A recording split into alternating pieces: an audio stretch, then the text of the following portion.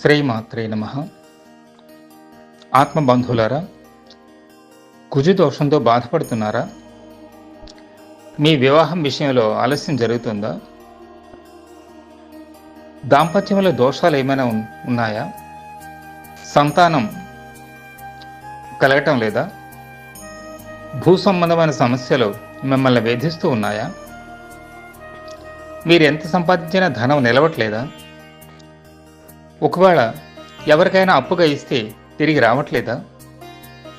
వ్యాపారం సరిగ్గా జరగట్లేదా?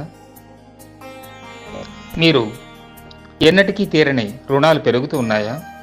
అయితే మీకోసం ఒక చక్కని పరిష్కార మార్గం. అదే 19వ తేదీ మంగళవారం, సంకటహర చతుర్థి. మంగళవారం చతుర్థి రావడం మీరు మీ సమస్యలన్నింటి పరిష్కారం కోసం ఈ నెల 19వ తేదీ మంగళవారం చతుర్థి తిథి. దీనికి సంకటహర చతుర్థి అంటారు. అది మంగళవారం రావటం వలన భౌమ లేదా అంగారక చతుర్థి అని కూడా దాన్ని పిలుస్తారు.